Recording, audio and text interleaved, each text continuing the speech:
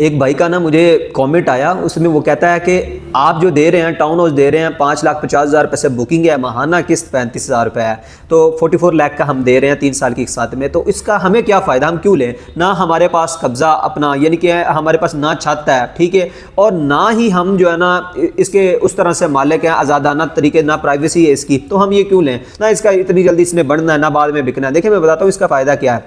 आप किसी भी अच्छी सोसाइटी में चले जाएं, वहाँ पर आप प्लॉट लेते हैं 3 मरले का, वो आपको मिलता है तकरीबन जो है ना 35-40 की रेंज में मिलता है।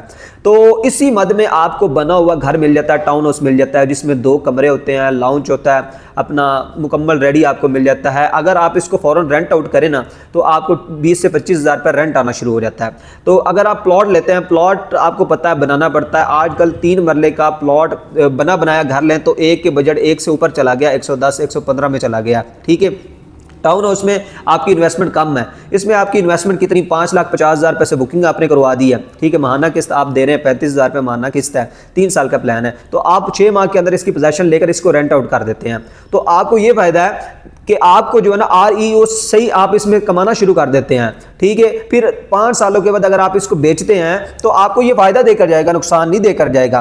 फिर आपने बात की कि ये जो है ना इसमें प्राइवेसी, देखिए इसमें सारी की सारी प्राइवेसी है। ये बेसिकली ग्राउंड फ्लोर है, फर्स्ट और सेकंड है, सबकी एंट्रेंस अलग-अलग से है। अगर आप लेते हैं जिस तरह मिसाल के तौर पे घरों में हम रहते हैं, 2-3 भाई रह रहे होते हैं, एक ग्राउंड पे, एक फर्स्ट पे, एक सेकंड पे रह रहा होता है, तो हर किसी की एंट्रेंस अलग-अलग होती है। तो अगर आप इसमें इन्वेस्टमेंट करना चाहते हैं तो ये बेहतरीन चीज़ है, प्राइवेसी के लिहाज से भी अच्छी चीज़ है। फैमिलीज़ के लिए ये जो है ना टाउन हाउस तैयार किए जाते हैं, तो इसमें आपका फ़ायदा है, नुकसान नहीं है।